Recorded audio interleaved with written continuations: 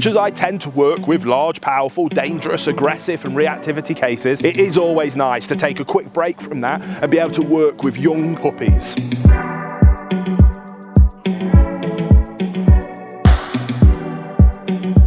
And how's it all been going? Unreal, brilliant. Yeah. You know, all the horror stories people tell you about puppies, you know, chewing things and toileting everywhere. He's actually been really good, but he just likes to do everything at his terms and his pace. And he will listen to me sometimes, but there usually has to be a lot of bribes involved. He is a good dog. His temperament's great. He's very friendly with everyone he meets. Other dogs, he's not anxious about other dogs or anything like that. Superb. So, primary school teacher? Secondary school teacher, yeah. Lovely. So the plan is hopefully after Christmas, if he's sort of showing the right temperament for it, we can start maybe bringing him in. And we do these certain type of like advanced learner days where they can have maybe like a half day and he can go in for a couple of hours at a time. That's the plan. If we can get him to a point where he's not jumping up at people all the time, and it's never out of nastiness, as you can see, he just wants to say hello, but he can't, you know, people will be scared of dogs and you can't be doing that sort of thing.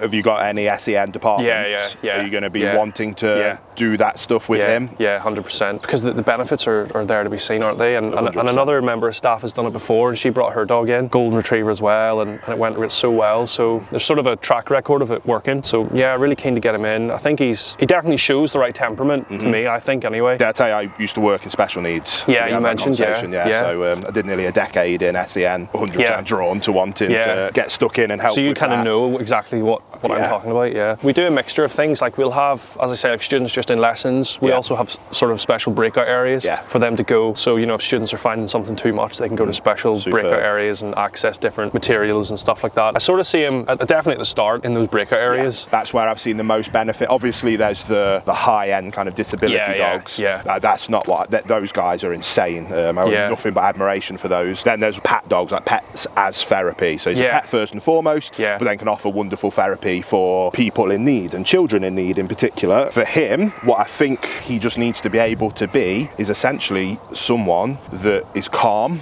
and relaxed, that a child for whatever reason is finding their lessons or whatever situation they found difficult that they require the breakout area, can come and stroke, cuddle, calm down, have a cry on if they need to, then go back to reintegrating and whatever the amazing team at your school does. That I'd like to help you with today is this jumping. As he gets bigger, that's going to be a problem. Risk massively. assessments, you know. But again, I truly think if you can do that, he'll be an absolute asset to you in your school.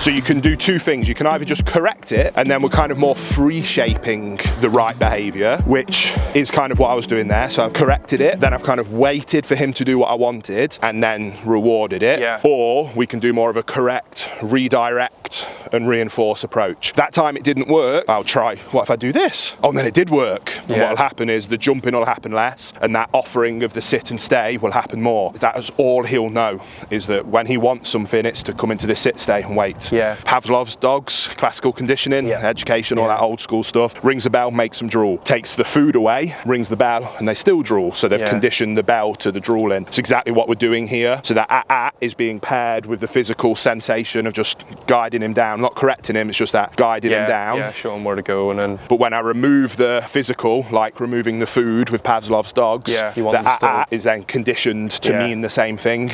If he does it in the house and he, you know, he doesn't have his lead on, how do you correct him there? How do you still use those moments for learning? That's where I love a house line. They're just really thin, like a shoelace. That's an excellent way. And I quite advocate for setting it up, drilling it, go into practice mode. Once we've conditioned it, we move the lead and it still works.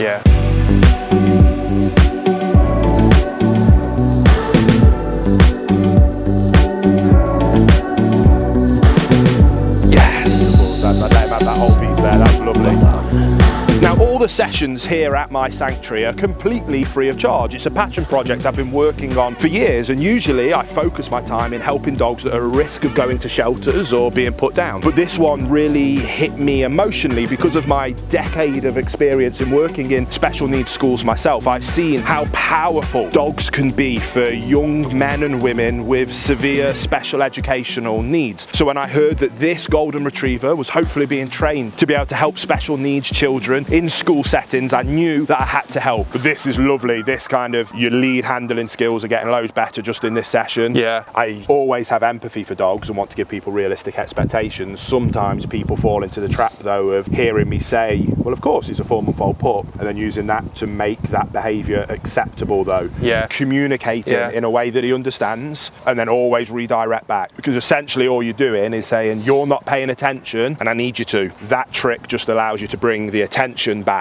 Yeah. Which is why I do very, very minimal correction work at all with young puppies, because it's not fair, because we haven't really taught them what we do want yet. So keep doing what you're doing with the obedience stuff. Don't see what we've just done as correction, see it more as just communication, just redirection almost, bringing that attention back. So I hope you enjoyed that video, guys, and even though this was more focused on kind of therapy dog training, what I taught is very applicable for you guys at home. So get stuck in, work on those drills yourself, because it'll have widespread ramifications for you and your dog for the rest of their life. If you did enjoy the video, like and subscribe. If you want to apply for a free session here at my Canine Sanctuary, check me out on Instagram. There'll be a link in the description box below. If you want to know how we're able to achieve that, it's through all of our work over at Fenrir. So maybe come and check out what we're doing at Fenrir as well. But until then, I'll see you on the next episode here on Fenrir Canine Training.